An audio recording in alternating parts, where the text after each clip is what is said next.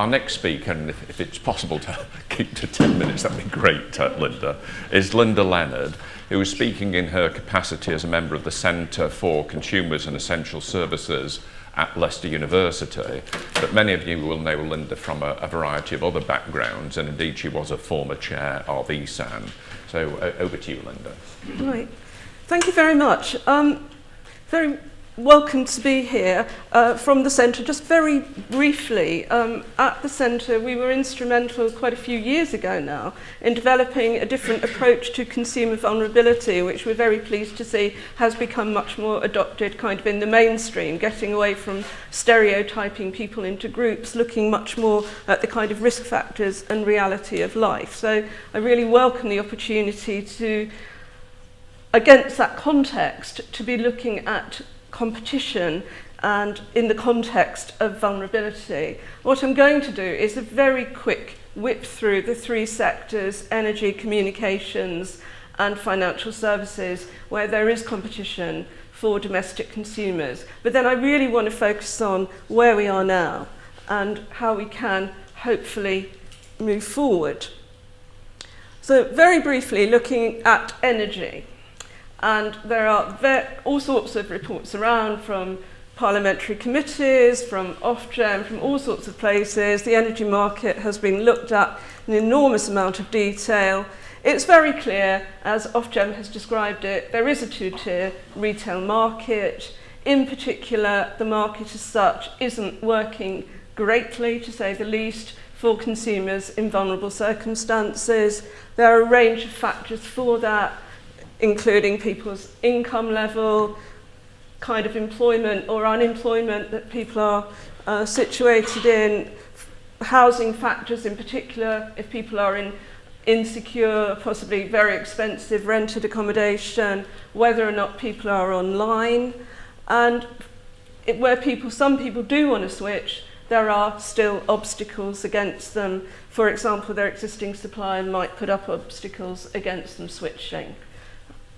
If I move on really quickly to communications sector, I should perhaps mention, just going back to energy very quickly, that in fact Ofgem was the first regulator to look at a different approach to vulnerability and to adopt a vulnerability strategy. But actually the other regulators have also, one way or another, adopted that kind of approach.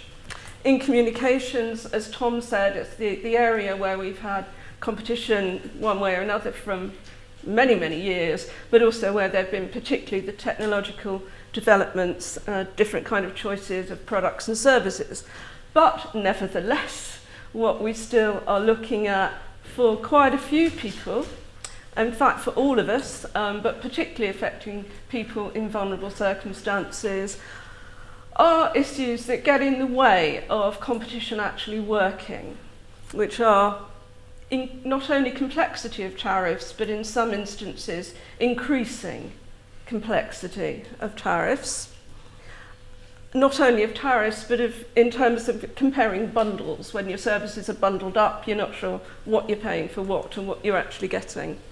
Promotional discounting, not only in communications, but it is a factor in communications, where the new better deal is frequently only for brand new customers, not for loyal customers, and those loyal customers might well be people in vulnerable circumstances who aren't going to switch for one reason or another. We have the complexity quite often still of different contract ends with different dates, sometimes early termination charges, sometimes hassles, costs of getting handsets unlocked, and low-income households are more likely to be impacted by loyalty penalties. That kind of goes across the board in these sectors. Moving on, I did say this would be a quick look through the reality of choice in financial circumstances, in financial services. People in vulnerable circumstances are more likely to be long-standing customers, for example, in home insurance, and probably paying too much, because that's what happens. The loyalty from years ago, any benefits of loyalty have kind of disappeared out of the window largely. people's credit needs are not being met. Certainly some of the charities here today have pointed this out very heavily. Not only do we have obstacles in the way of ensuring that people in vulnerable circumstances actually can access and benefit these services, but an absence of suitable, appropriate products and services, and that's particularly significant in financial services, where access to affordable, reasonable credit is something that's affecting more and more people, or the lack of access to it. Many of the best savings account, bank accounts, can only be opened and managed online. I had to check this figure myself because I was quite surprised, but 14% of UK adults are still non-users of the internet as of last year, according to Ofcom. Can't take it for granted that everybody is online or has access to somebody who's going to kind of go through it for them, and indeed, why should they?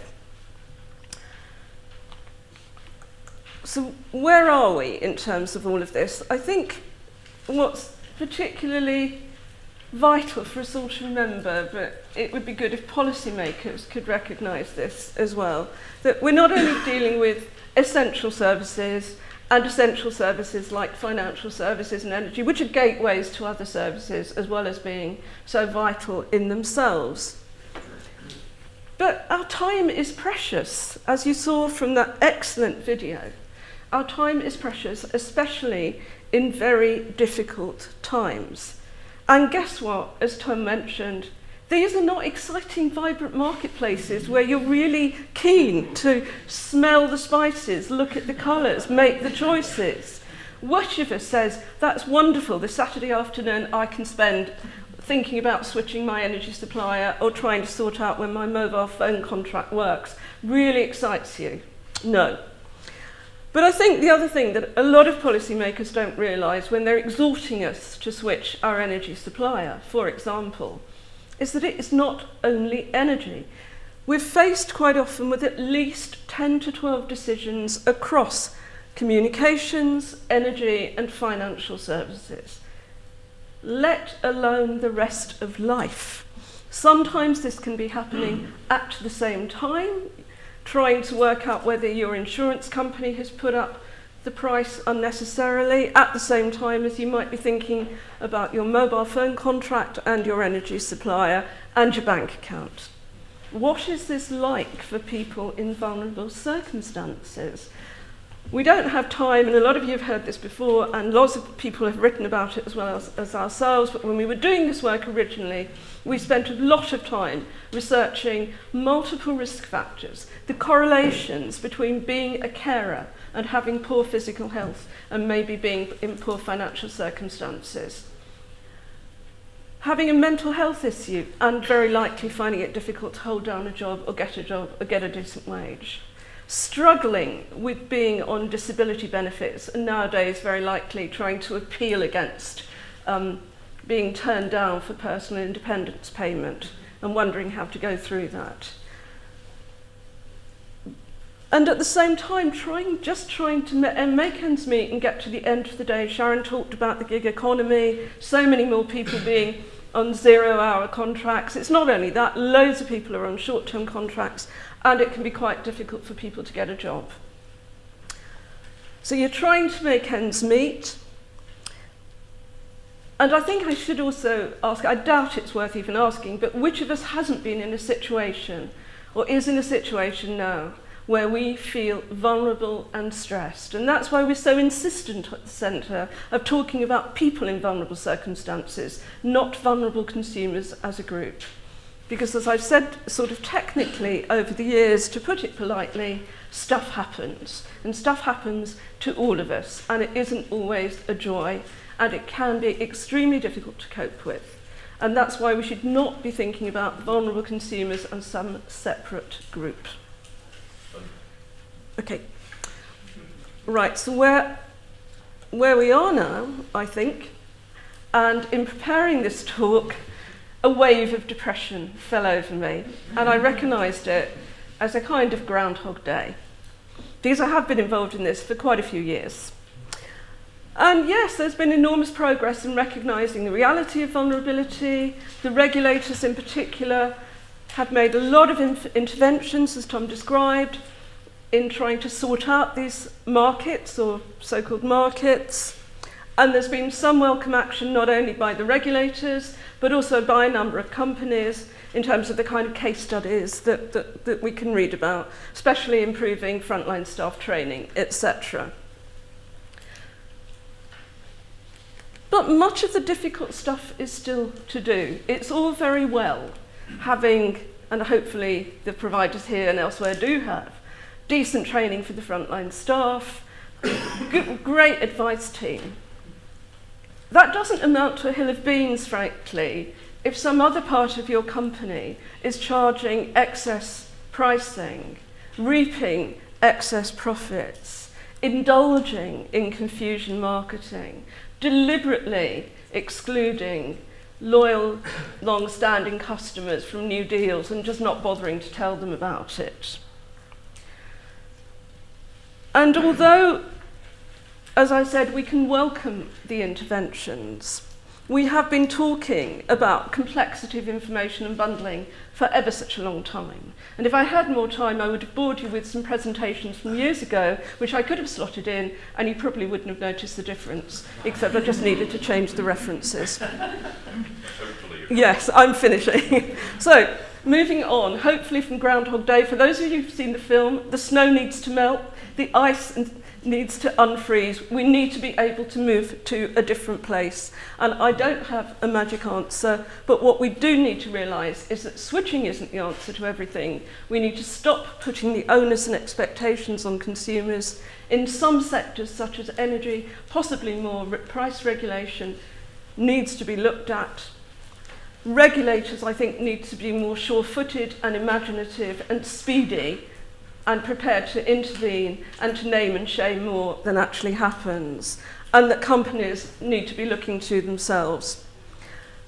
Essential services should be making life easier for consumers in vulnerable circumstances for all of us by providing an inclusive, affordable, universal service. And I hope we're not here, or other people are here, in 2 years' time with another ESAN conference where we're talking about the same issues.